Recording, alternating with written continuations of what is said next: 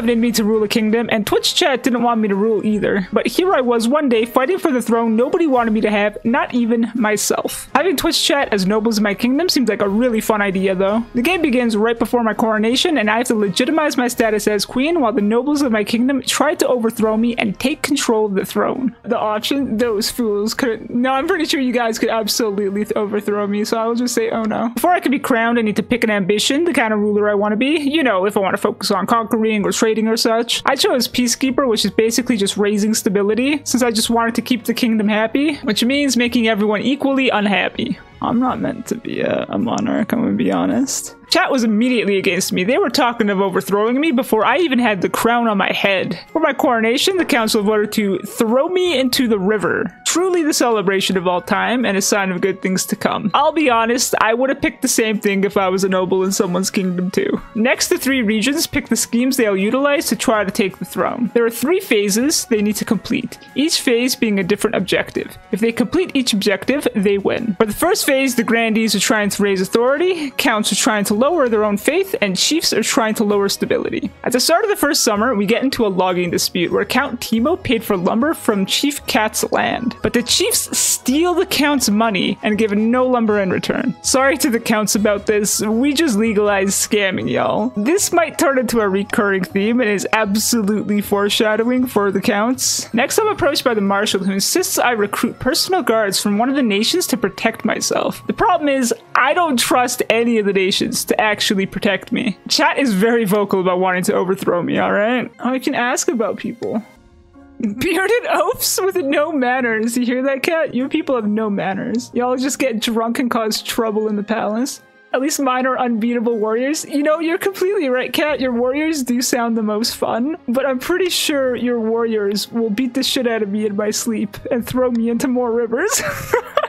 Also, I didn't want to show favoritism since my whole goal is the peace and stability of all the nations, and I just royally pissed off the counts by letting them get scammed. I took the risk of having no guard. If I get assassinated, I get assassinated. You know what? If I die, I die. Let's try it. I just pissed everybody off. Did you see that? But the decision to have no personal guards does raise authority, which allows the grandees to soon achieve their first goal, which pushes them to their second phase, where they try to now lower all farming. Something about bees interfering with their wizards, and they're gonna use wizards to take over. Summer ends pretty quickly with Chief Cat inviting me to a winter feast later this year. Of course I accept. Who could miss out on a winter feast? No matter how much paranoia grows in the kingdom, you still gotta celebrate and enjoy yourself. In autumn, I'm pressured into marriage so I can have an heir, and ask what kind of a partner I want, which has me wondering about the mechanics of marriage. Wait.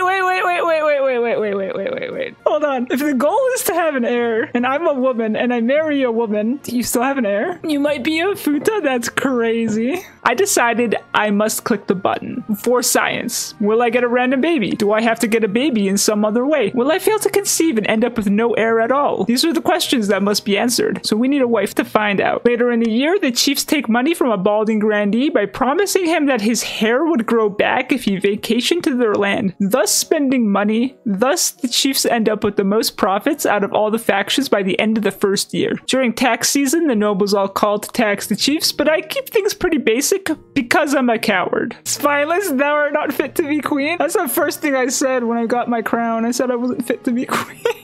When the winter feast comes around, I gift the chiefs some fine silk pajamas, got so drunk that my crown falls into my beer, and I lead the entire hall in song. But I might have been too drunk. So drunk that I sang some songs that were so insulting to the other factions, and they weren't very happy about this. As the year closes off, I'm pushed into picking a wife. Honestly, out of the 3, I like Chief Chimley's daughter the most. But since I'm queen, I can't marry for love. At this point, the grandees disliked me the most. I felt I had no choice but to pick one of their daughters as a wife to smooth over relations. You will regret snubbing my daughter, Moshi. Your daughter is a fantastic choice, Chimley. But politically speaking, I just had to, you know, I have to take the politics into account when you are a monarch. It's not personal, okay? But of course, the other nobles weren't very happy about me not picking them. In fact, the counts of the West's defiance was starting to get rather high. Speaking of the counts, somewhere during all of this, the counts succeeded at their goal of lowering their faith. There was no event that lowered it. They bought something during auction season that helped them achieve their goal. So they're also on to the second phase of their plan. They're on easy mode since their next objective is to get authority to 5, and it's already sitting at a 7. The chiefs are stuck on their our first objective still though, since them and I are constantly butting heads on lowering and raising stability. New Year, spring starts with the wedding, and it's a completely loveless marriage. I don't know what else to say, but hey, one step closer to making that heir I need. Moshi doesn't know how to talk to women, I'm shocked. I do not know how to talk to women, it's true. Another dispute breaks out, and Chief Chimley and Count Ray are arguing over a debt from the times of their great-great-grandfathers. The council votes not only to force Ray to pay Chimley back, but with added interest. Oh my god, did you go to $0? They took all your money, Ray! Ray, they took everything! Count Ray shrugs it off when summer rolls around, continues living his best life by doing science experiments. He builds a monster that he chained up in his dungeon. Ray, I don't mind you making an abomination, but are you sure chaining up your son is a fatherly thing to do? When we get to the council's decision on the matter, I'm shocked by the voting options. Burn both Ray and his monster? Wait, you can just kill Ray? What? Oh, wait, guys, that's crazy. You wouldn't kill Ray, right? Also, Grandy Clouds has a descendant with a royal birthmark, but the council votes to have the child examined by an inquisition. Guys, stop voting for D! What are you doing? Stop! Why would you guys want to send the Inquisition to the child? You just had to give a gift. In autumn, I'm bothered again about the heir to my throne, and I'm given the option for the wife and I will have a child together. That's crazy. I click on it. For science. Moshi gonna mosh around. Oh, shit. She won't mosh around for an entire month.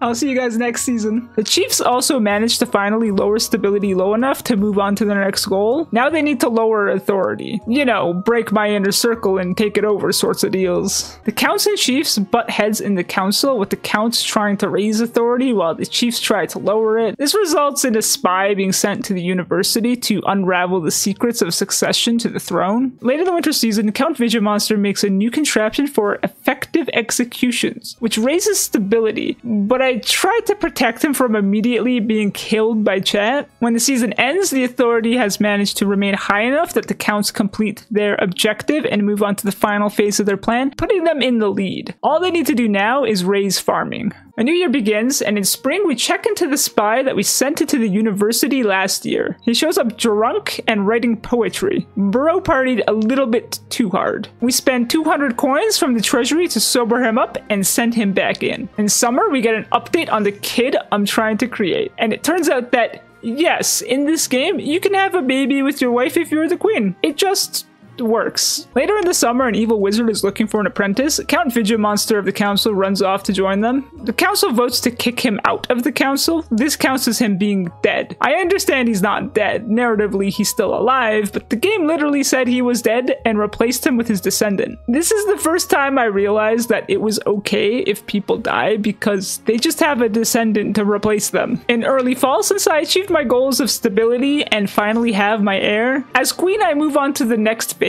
I choose to create a spy network, and to succeed, all I have to do is maintain stability while getting trade up. I guess I'm on my final phase of winning as well now. I'm notified that the spy in the university returns and has found an important document related to succession rules to the throne. The council votes to quietly steal the document, and a new law is put into place. The council votes for the new law to be to send all scholars into the army. We could have had money, we could have had stability, but instead we decided to put all the nerds who have never done anything physical a day in their lives to battle. At this point, authority was lowered to 3, so the Chiefs of the North had succeeded in their goal and now move on to the final phase of their plot. Their final goal is to raise stability, which is not only already pretty high, but something I need to remain high to succeed my goal as queen as well. Pretty tricky, but we'll see how that plays out. In my attempt to do my best to maintain the peace of the kingdom, I tried to balance out defiance by taxing the chiefs and bribing the counts. Counts are just going to be perpetually upset though, and I kind of can't fault them for that. At the start of winter, Count Vidra 2 and Grandy Gante argue over the fate of someone believed to be a criminal. The council votes to give her the protection of the grandees, but this also raises trade for me, which puts me into a good position for my ambition. But authority hits an all-time low of 2, and the count's defiance goes up to 4. Meanwhile, Vidya I, who previously became an apprentice of the wizard, steals valuables and money from Chief Cat, leaving her with nearly nothing at all. The council votes to compensate Cat from the treasury, but even though I gave her money, defiance for the chiefs still rises. Once more, a new year begins, and the Counts have a bit of an unfortunate event that occurs in their lands. It begins with Count Teemo presenting a statue of Count Ray. What an extraordinarily detailed sculpture, I say, while admiring the statue, only to find out this isn't a sculpture, but that Ray had magically turned to stone by someone called the Stone Maiden. Ray is dead, and replaced by Ray II. It gets worse. I tried the reverse voting for fun, where the choice with the least amount of votes wins, and that turns out to be consult fairy tales for a solution. Fairy tales do not have a solution, and the region is powerless to do anything against the disaster. The Stone Maiden turns everything into stone. The peasants, the crops,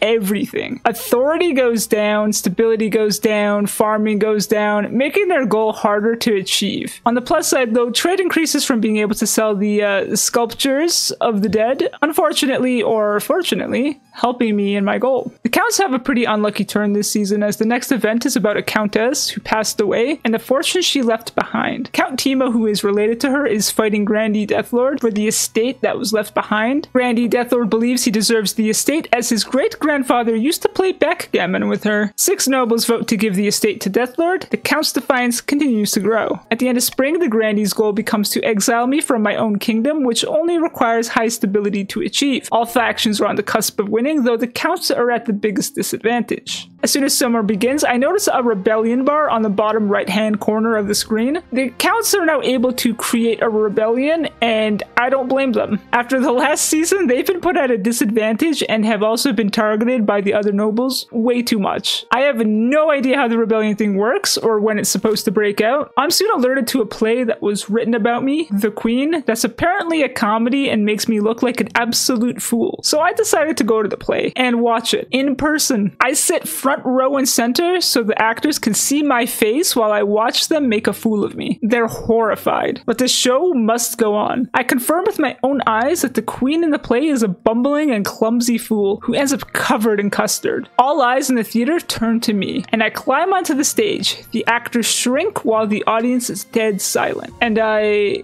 congratulate the actors on a hilarious play. Everyone is so shocked by my good humor that stability and authority both rise. Now, I didn't expect this next part to happen so suddenly and so soon, especially while there was that rebellion thing in the corner, since I was under the impression that rebellions would prevent me from achieving my goals. But I successfully had the spy network set up at this point. I had bards across the nation that all learned secrets about my nobles, such as Grandy Deathlord being afraid of lemons. Hey, care for some lemonade? Bro, Deathlord shows up and they're like, hey, you want some lemonade with that cursed looking lemon? You want some cursed lemonade, bro? With this, I'm able to blackmail all the nobles into doing whatever I want, and I successfully take control of the kingdom. I didn't expect to win, especially with the rebellion thing starting up, but hey, I did it. Moshimika the Tolerant has given peace to the kingdom. Y'all chill and be good now. Or else.